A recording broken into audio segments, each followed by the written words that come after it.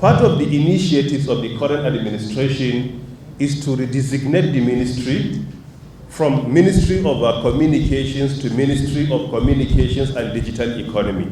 And it is part of the plan of current administration of leveraging other sectors to diversify our economy.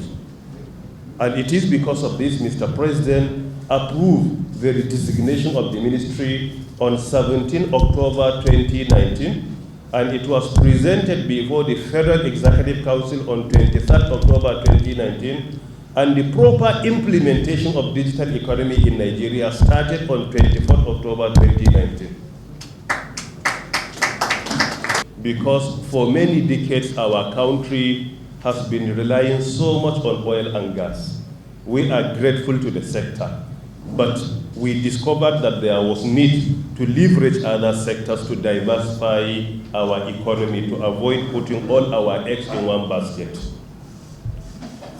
We came up with so many policies, and these policies we have developed with the directives of Mr. President are to support our administration to achieve these three key priority areas: economic development, fighting corruption, and to promote security.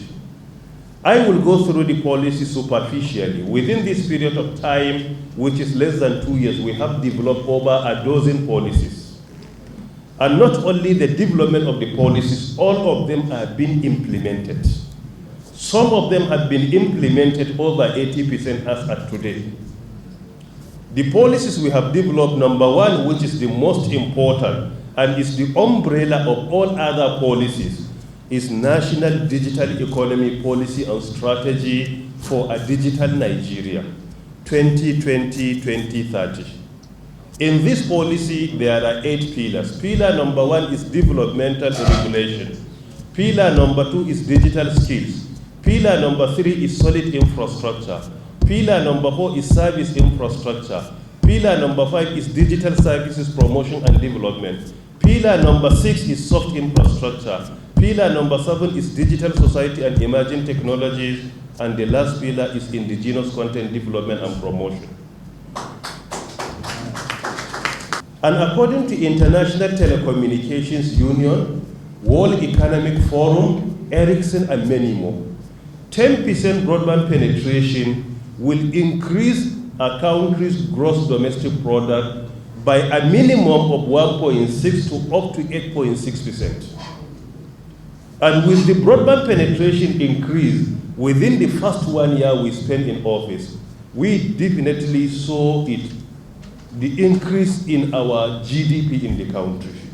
So that more than 10% increase in broadband penetration was unprecedented in the country.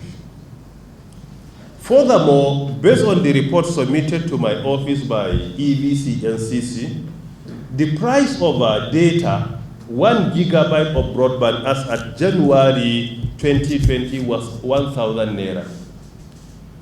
The directives given to us by Mr. President is to ensure that the price of data comes down.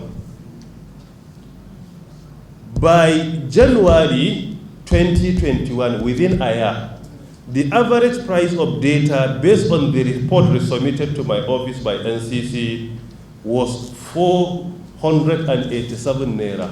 More than 60% reduction, or more than 50% reduction in the price of 1 gigabyte of data in this country. What? You should clap now. That's the point to clap. Furthermore, we have also developed national policy on communication system. It is in draft form, and we are at the tail end of concluding the policy. These are some of the policies that the current administration has developed, and all of them are to support the 3 key priority areas of economic development, fighting corruption, and promoting security in our country.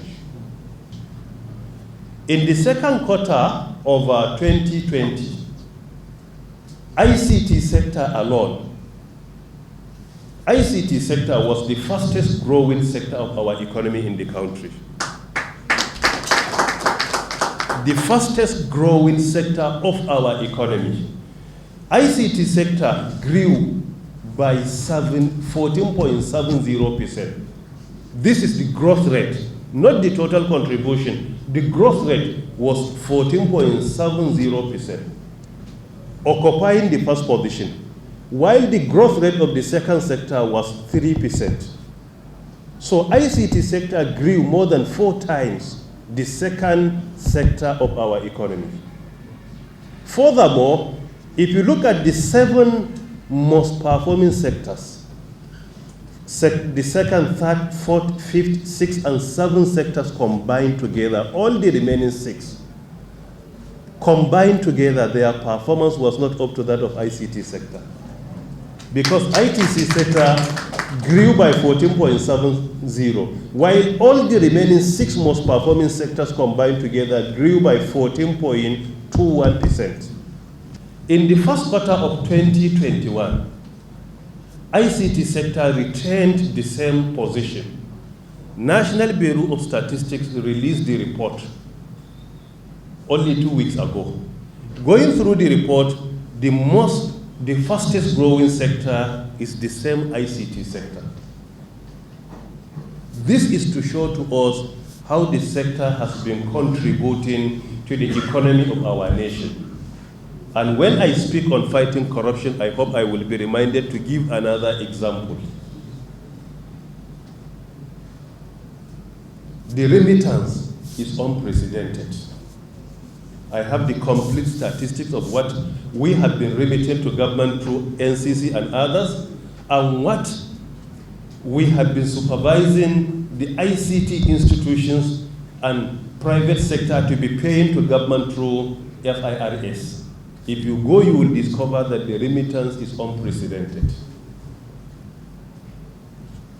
This is, in summary, supporting economic development. Furthermore, under the same economic development, we have been training our citizens, providing digital skills for them to be digital entrepreneurs.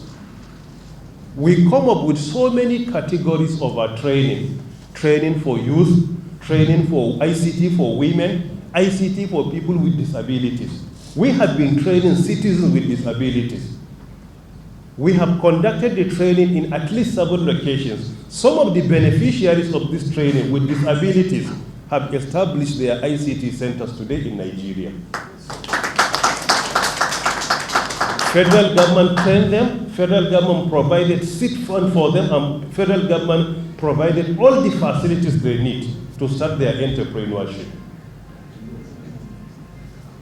Even during lockdown, in order to ensure that our citizens utilize their time effectively, we established 2 virtual institutions for free, where world-class recognized certifications are being given, and the training is ongoing. We established Digital Nigeria Portal, and we established Digital NIDA Portal. These 2 institutions, through both of them,